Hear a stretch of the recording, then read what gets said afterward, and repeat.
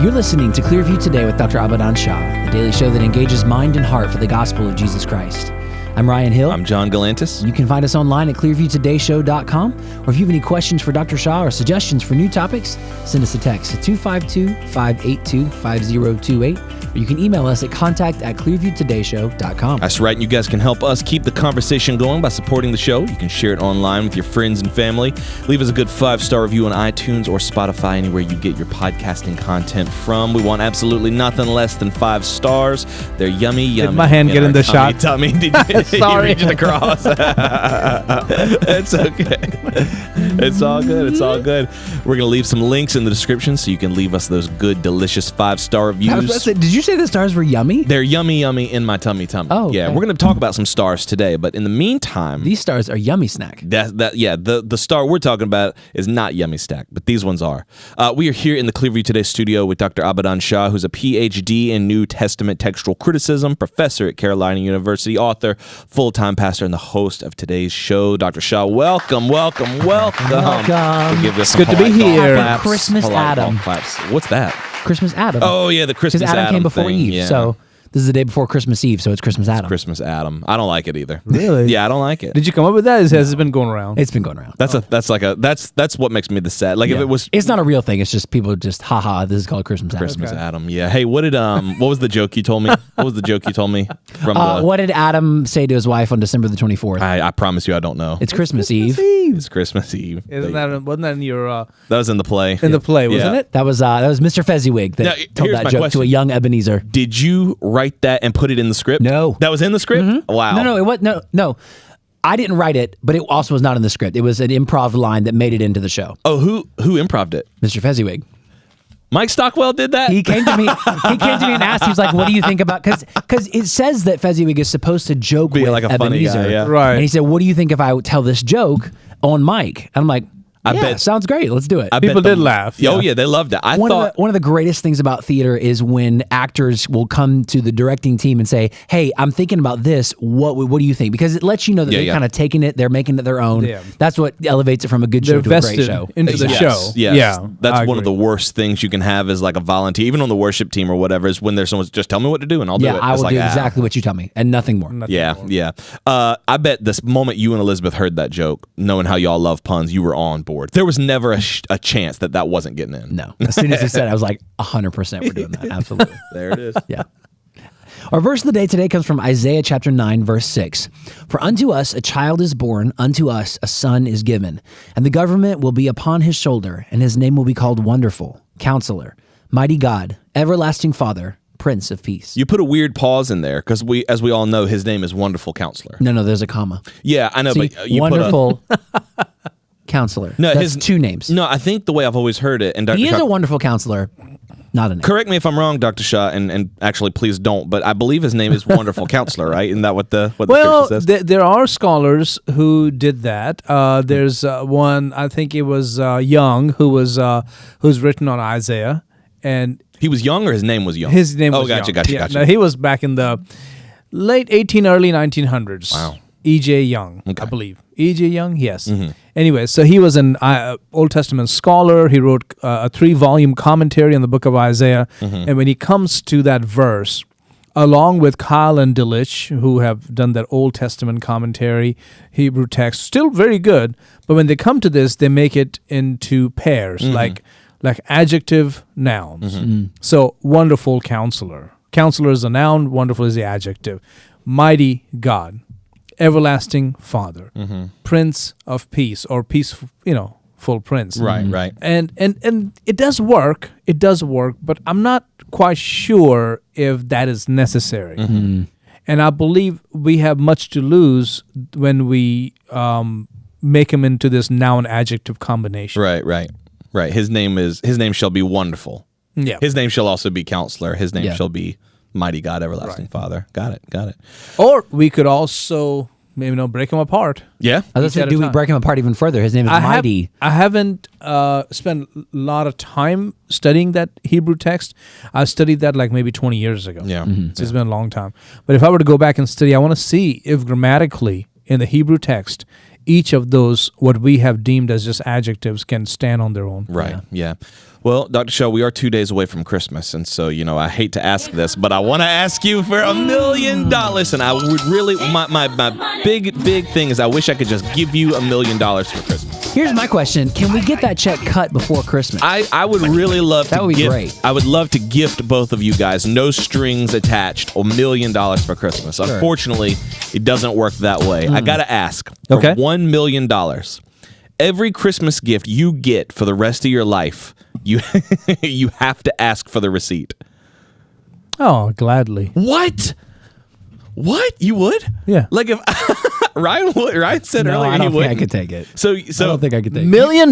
you guys represent. it. I don't think I could You take guys it. represent an extreme where you will turn down $1 million in a heartbeat, but I always think that you would say no and you end up saying yes. So like if Nicole or no, not even Nicole, let's say somebody gives you a gift and it's like, Dr. Shah, I got you this book for Christmas because I know you really are into the book of Judges right now. It's a good research. So, You're like, I've always, it's kind of something I do because it helps me appreciate Right. the gift. Do you mind if I have the receipt?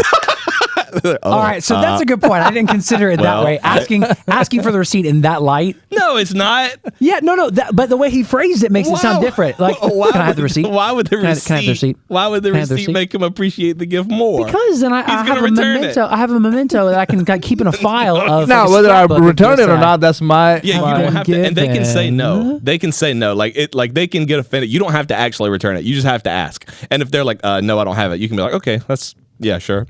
Yeah, David just suggested something. David, what would your suggestion be? Given $1 million, but you have to ask for the receipt. What would you say? If it's a book like that, I'd be like, well, I appreciate that very much. I actually like to use the receipt for the bookmark. That way I know this goes with this See, specific that's book. great. That makes you seem just a No, little bit it's quirky not. instead of ungrateful. I would love to. I would love to just give you a bookmark. I don't have the receipt. I don't have the receipt. Do you have a prefer the receipt for the receipt. bookmark? No.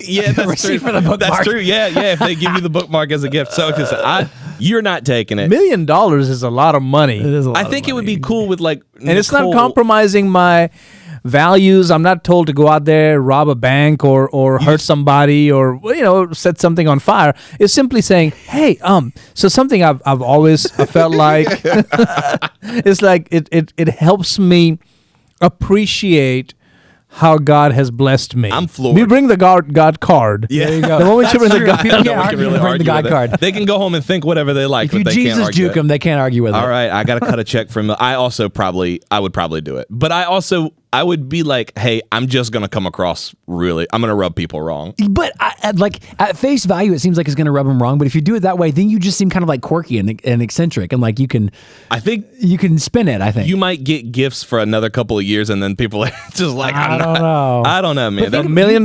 You'd be a If I add up all the gifts, I don't think they'll Yeah, equal true. $1 million. You'd be a it's great true. gift giver if you had $1 million. Would you guys do it? You got to ask for the receipt. Yeah, 2 thumbs up in the back. That's There you go. insane. Nick and David, David. said, yeah, they'll do it. Yeah, I They'll take also would do it, but it feels like Pat Shaw's kind of looking forward to doing it. He's like, I'll ask him for the receipt, no problem at all. You could say, hey, maybe you could do, hey, through the church, since we go through the church just for insurance purposes and to keep everything above board. I just got the receipt. I like to be very forthright, and it's just something I feel like as a pastor, That's you just get very earnest. Just double down on Yeah, it. That's hilarious. Just keep talking. Like if you just have like a case of Logorrhea or whatever, you just keep No. talking. It's gonna. No. I couldn't get it out. There was What no was- way. what was that word? Logorrhea. It sounds kind of bad. It does sound It's kinda an like- excessive and often incoherent talkativeness. I was like, if you just keep talking, maybe it'll make sense. But there was no way. Logorrhea was never gonna happen. Well, Oh well, that's your secret word for the day. It was Anyway. It was You said logarithm. I was logarithm? I was trying to get it out to where maybe it like could have made sense, but Logorrhea was never going to happen. All right, we got a break. guys, don't go anywhere. We're going to take a quick break and be right back with more Clearview Today. Hey, Clearview Today family, thank you so much for tuning into the show. We're having a great time so far. Listen, if this show has been a source of encouragement and insight for you, we want to take a second and just ask you to consider supporting us financially. I know that might ruffle feathers a little bit, but think about it. You're listening to this show seemingly because you care about spreading the life-changing message of Jesus Christ to the world. Well, your giving allows us to continue sharing that message with other listeners just like you. Your support is more than just encouragement to us. When you give, you're becoming our partner.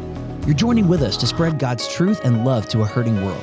And your gift is a reflection of your faith. And believe it or not, it's going to make an eternal impact in someone's life. That's right. And giving to the show is insanely easy. All you do is visit our website, clearviewtodayshow.com, and you can click on that little button that says Give Today. We're so encouraged by everyone who's already giving to the show. And if today's your first time listening, we want to let you know that we appreciate your partnership, and we pray that God blesses you abundantly for your commitment to his work. All right, let's get back to the show. Welcome back to Clearview Today with Dr. Abadan Shah, the daily show that engages mind and heart for the gospel of Jesus Christ. You can visit us online at clearviewtodayshow.com, or if you have any questions or suggestions for new topics, send us a text to 252-582-5028. You know, Dr. Shah was coming into the studio this fine winter's morning, 2 days away from Christmas, thinking about all the things I was going to be enjoying these next couple days, and I looked up in the sky and I said, well, goodness, what is that up in the air? I thought it might be Santa's sleigh. 8 reindeer magically flying across that. I said, Turns out it wasn't. I said, Lord of mercy, I think is that a drone? That red light in Rudolph's nose. I said, is that a collection of drones? I got so scared. I called up the Pentagon, right? I called up the White House. I said, hey, man, there's some drones hovering over the Clearview Today studio. They wanted to tell me, they said, don't be alarmed. Sure. It's not U.S. military. Just not, shoot at it. Yeah, that's exactly it. They said it's not any foreign adversaries. Shoot it down real quick. They said it's nothing at all to worry about. Yeah. Lo and behold, turns out lots of people this Christmas have been seeing Yeah, it's been crazy. drones over their houses. Yeah, for do not Christmas. shoot at it. Do Yes. not do silly things. Please. Don't do dumb I'm glad stuff. you said that. Please don't take a gun outside and because, shoot at a drone. goodness. Yeah, No. people talk about that and you know, they say, "Oh, I'll do this." Like, no, Please do don't. that. Don't do that. Because it's completely possible that the U.S. government is saying, "Hey guys, it's not military," and it ends up being military. Right. Like, Yeah. that's not like they're not lying for lying's sake. But when it comes to national security, you don't want to be You shooting don't at want to do drones. that. No. You want to make sure, just cooperate with it. That's right. Yeah. That's right. That was sort of the thing, is like we've been seeing all of it, and I don't know how much of it is. Yeah, David actually made a good point. He said, if you miss, that bullet's going to come down somewhere. Please don't shoot at drones. Don't do that. But you know, one of the things that people are saying is they think that the drones are being, and if you haven't heard about what's going on, it's this big thing, the sensationalized story where people are getting paranoid because they're seeing drones. But I mean, drones are a thing now. You know what I mean? Like, They're very common They're now. very common. If I saw a drone, legitimately, I'm not just saying this. If I saw a drone flying over the trees, I would just assume someone's like filming something or Yeah. Right. surveying land or I mean, kids have them as toys. construction There's companies a kid flying the drone. Construction companies use them. Land surveyors use them. They're very, very common Right. to see. So I don't know why all of a sudden people Filming. we use it Yes. all the time. Absolutely. I don't know why all of a sudden people are getting so paranoid about these Right. drones. I don't know. It's weird. And it's everybody's afraid now. Yes. Of these drones and feel like somebody's watching them or somebody's trying to attack them and you know, trying to get armed and ready to fire back or something weird like that. Also, I don't know. Hasn't it been a huge thing in the past several years that Amazon does drone delivery now? I don't know if they started. I don't know if they actually ever Oh, did started. it not? I feel like it. They may. Maybe They not. talked about it, but I don't think it Maybe it did. has happened. Yeah. Maybe our listeners, viewers may know. Yeah, Please let us know. maybe you get your packages delivered by drone. I remember 100% they were talking about That it. just sounded funny coming out of your mouth. I know that's what we're talking about, but you get your packages delivered by drone. Yeah, that's that just kinda- hit my ears funny. No, that is kind of cool. But I did a little bit of digging, and by digging I mean like the first Google result that I found. But I think people are scared because they're flying over sites where there's not supposed to be airspace or whatever. And so the consensus is these drones they're not U.S. military, quote unquote, but they're from private drone manufacturers. David, I think you actually know this because you had to get your license to fly your drone. There was a Drone Security Act in 2023 where basically people were saying, hey, look, China's making too many of these things. We need to start making them here in the U.S. So all these areas that they've been cited in are authorized UAS and AAM testing grounds. You know what I mean? So I think that's kind of where a lot of this is coming in. Is like, but the U.S. military is not going to come out and just say, "Hey guys, we're testing drone." You know, they're private companies. Do you think this is one of those examples of people are fearful because they're kind of told or programmed to be fearful? Like it's the way anything it's in the being sky, aired. anything in the sky that Yeah. looks like a spaceship. Yeah. People feel like, something's up. There's a cover up. There's a cover up. I think that's exactly it. I think people want so desperately, a secret part of me included, They want so desperately for aliens to be real and to come down to this Earth. And for me, it's just like growing up with science fiction, aliens, and space stories. I'm like, man, that was so cool. But I think people really want so desperately for the American government to be covering up UFOs. Yeah. Yeah, I think they want a conspiracy. Yes, they do. Yeah. They do. But we know there are no such things as aliens. Right. I preached a message called Exclusive, and this was back in, I want to say, 2021. That sounds about right. We'll link to that message. And we talked quite extensively in a message about aliens and whether or not they're real, Right. and how should we as believers, Bible-believing believers, how should we approach this subject? Yeah, it was September of 2021. Yep. There you go. Yep. Great message. It was a great message. It is, and I think that's one of the things that people want. They're so captivated by what's in the sky. They're so captivated by all those things up there. It just represents limitless possibilities, and so that's the whole thing you always hear is that mathematically it's impossible, even though there's zero evidence. We have to admit there's zero. Right. It's not just like very little evidence. It's mathematically zero. People refuse to let it go. Yeah. And so I think they see things like this, and this is sort of their thing to jump on. Right. You know, the paranoia starts to set in, the sensation starts to set in. It's also like groupthink. I mean, you hear this over and over again, and everybody's talking about it. Then you have this epidemic of people pushed toward a conclusion that they wouldn't normally reach on their own. Yeah. But then again, man, think about this. Think about being back 2,000 years ago, and you're out in the field, and you see this star, and you're like, that star, that whatever That's a that drone. What? Probably not. I don't think they thought that. I can't even make Was my that funny? point now. That was really funny. I didn't expect it to be that funny. The shepherds in the field, low, up in the sky. It's a drone. It's Chinese, dude. What was I even saying? Oh, like imagine seeing that thing, that star up in the sky, and like a literal angel coming to you, and you're like, follow that right there. That's gonna take you to the Messiah. Yeah. Like I'm sure that had to be like hard to swallow too.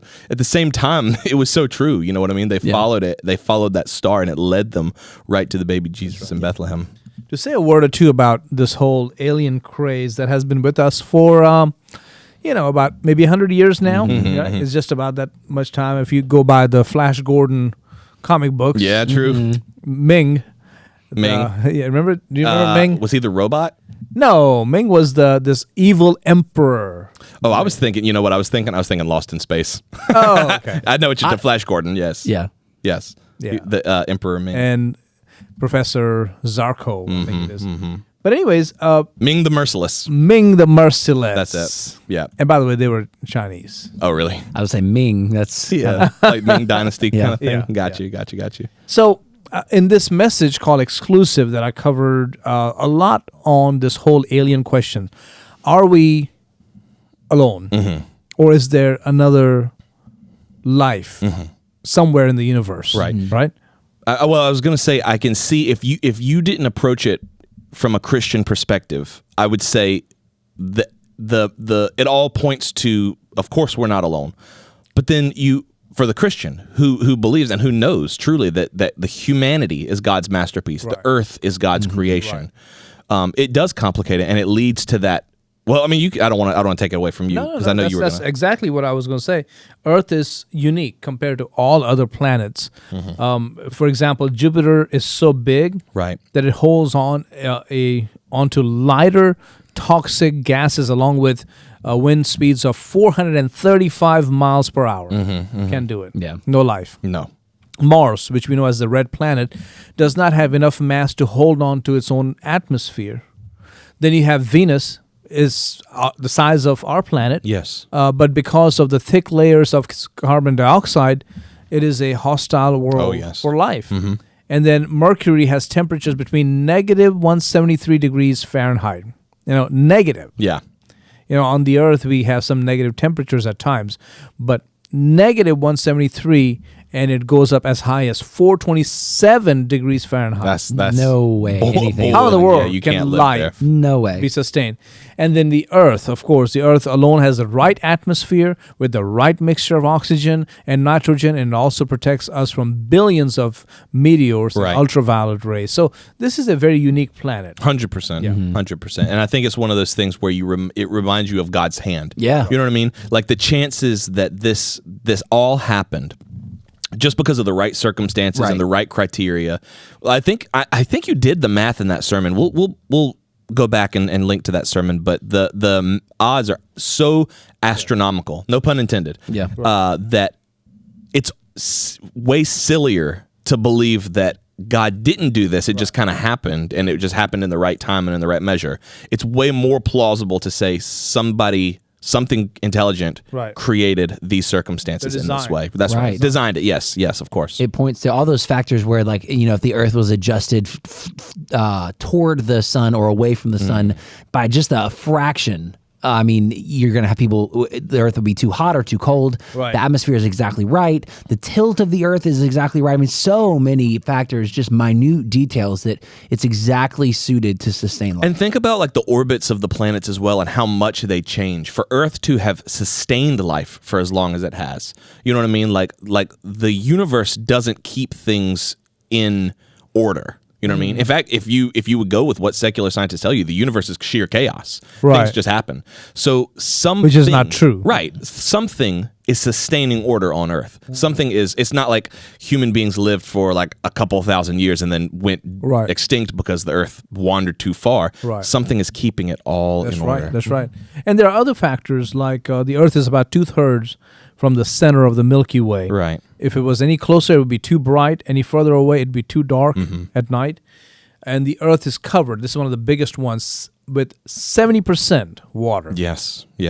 So there are 70 billion gallons of water for every single person. That's incredible. 70 million gallons of water. So think of 70 billion gallons of water per every single person on the face of the earth. The amount of water is staggering. The amount of life is so staggering. Yeah. So we can talk on and on about this. All that to say that the earth is uniquely gifted or sustained to be able to sustain life, or uniquely blessed. That's right. Yes. So why do we have space out there? Right? Why do we have space out there? Well, if the universe is billions of light years across, it seems like an awful lot of wasted space. Right. But if you read Isaiah chapter 55 in verse 8, it says, "For my thoughts are not your thoughts, nor are your ways my ways, says the Lord. For as the heavens are higher than the earth, so are my ways higher than your ways, and my thoughts than your thoughts." Right. So just like a baby sees his mom and dad or her mom and dad as that familiar face who loves on him and plays with him and takes care of him or her, we tend to see God within the confines of our life and our world. The vastness of the universe is to teach us that God is so much more. Right. That's right. If you wonder why is there so much waste? No, it is to teach you how big and powerful God is. Scientists have yet to, with all their powerful telescopes, they have yet to come to the edge of the universe. I don't think they will ever. No, not at all. I don't think so. That's why they call it the observable universe. It's only what we can see. It's only what we can observe. Yeah. And think about how monumental that distance is, knowing that God is so, and I think that's exactly it, knowing that God is so infinitely more. There's so much more out there that we probably will never, ever see before God calls us home. And yet at the same time, it reminds us that God is again, infinite, in his infinity. We talked about this. Yeah. He's infinite in his infinity. That's right. To infinity. Infinities upon infinities. And beyond. That's right. We talked about this, I think it was in an episode earlier this week or maybe last week, about how we have this misconception of heaven. We're just going to be sitting on a cloud in a robe singing holy, holy, holy for trillions and trillions and trillions of years. But if we're going to be dwelling in a new heavens and a new earth, then we get to spend that time enjoying and exploring and adventuring through all of God's creation, those places and pieces of the corners of the universe that we would never otherwise see or even hear about. That's right. We get all of eternity to explore that and appreciate God's creation. That's right. There's something very special about space, and I don't mean like outer space, like planets and stuff, but just space and time, like the concepts, the physical concepts of space and time, that I think truly, and I think Dr. Shah, was your sermon that kind of helped me realize this, that heaven is going to sort of transcend those. You know what I mean?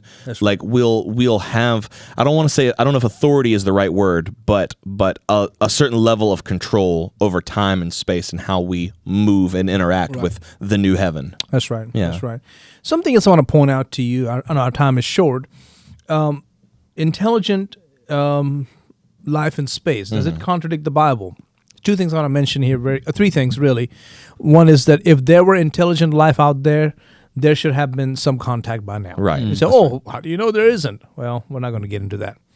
Second, our radio signals through SETI. SETI is Search for Extraterrestrial Intelligence. Right. All right. They have nothing but total silence. Since the 70s. Yeah, there's nothing. nothing. That's what I was saying. Like, it's not even that we can say there's very little evidence. It's nothing. zero. There's zero. So that should be enough to go, maybe there's nothing out Right. there. And so if human beings are created a little lower than angels, as even the book of Hebrews talks about, Psalm 8 and book of Hebrews, then we are the next in the ranking order. There's Right. no intelligent life. There are no Klingons and Ferengis. No or whoever, Vulcans out there. Vulcans out there above us. Right. Now, how about all the sightings? Okay, this is where the drones come in, Right. even though we think that the drones may more than likely be some government test or Yeah. something happening. But what about the 100 years or so, the claims that have been made regarding UFOs and aliens? Roswell, yeah. New Mexico. Area 51. Yep. Three things to mention here. Number one, hoax. Mm-hmm. Most of these stories, pictures, videos have been nothing but hoaxes. Especially Roswell. That was I think that was like the first big one. My dad still believes in it. I went to the alien, like the Area 51 museum in Really? Roswell. Yeah. Really? Yeah. Wow. Yeah, they have all the pictures and like the old footage. Yeah, and yeah. I mean, it's all it's blown. It was fun to go and like see all that, but I bet. it's what you said. It's a hoax. Yeah. Yeah. Then there is misidentification, which is planet Venus, meteor, satellites, space shuttles, weather balloons, northern and southern lights, birds, aircrafts, sun's reflections, headlights, street lights, kites, Yep. insect swarms, and especially government military aircraft that hasn't been made public. I mean, this may be the drone that you're seeing. Yes, that's what a lot of what I saw online said, that 99% of all this hysteria is just misidentification. Yeah. They're airplanes, and I know it's like they're airplanes coming down, and that was one of the things. It's like, yes, drones are not allowed to fly over this specific area, but United Airlines absolutely can fly over this area. Right, Yeah. exactly. So, not all these alien encounters were lies. Some were actually telling the truth, but they were not aliens. This is what I want us to remember, that sometimes you will have demonic forces that are out there that manifest themselves or reveal themselves, and people are misled, distracted, obsessed with it. Obsessed. true. Some people are obsessed with extraterrestrial. That's true. Yeah, that's true. And so this is also how Satan works. So that's, I think, is the purpose for this vast space. Yeah, I agree. It points back to God's majesty, but also His control, Right. His control over creation and His Right. authority over it. As believers, we talked about how we perceive the drones, but if we're engaged in conversation with somebody, maybe around the holidays, we're spending time with family and friends who they are, like you said, one of those people who are just totally like bought in, hook, line, and sinker to And the world don't play of like you ain't got one in your extraterrestrial. family. You know you don't play like Uncle Every Ralph. family has one. Every Uncle family Ralph got sitting around one. the table. My He's going to talk dad about is it. one. Oh, well. I don't know. He's more Bigfoot than aliens. How should we as believers in love bring the truth? Well, I would suggest, keep the conversation more on Christ than on these celestial bodies or some drones or whatever. Try to bring it back to, who God is and how much God cares about His creation. Yeah. And how much the Bible is the truth regarding everything in life. And so if the Bible is not saying anything about aliens out there, then neither should we. Right. Worship the Creator, not the creation. That's That's right. right. That's right. That's right. Good point. So good. Make sure you guys join us tomorrow for our Christmas Eve episode. Yeah, Christmas Eve is tomorrow. Same time, Christmas you gonna Eve bring me a present? tomorrow. I probably won't bring you one on Christmas Eve. Oh, that's disappointing. I'll have a present for you, but I'm not going to bring it tomorrow. Got it.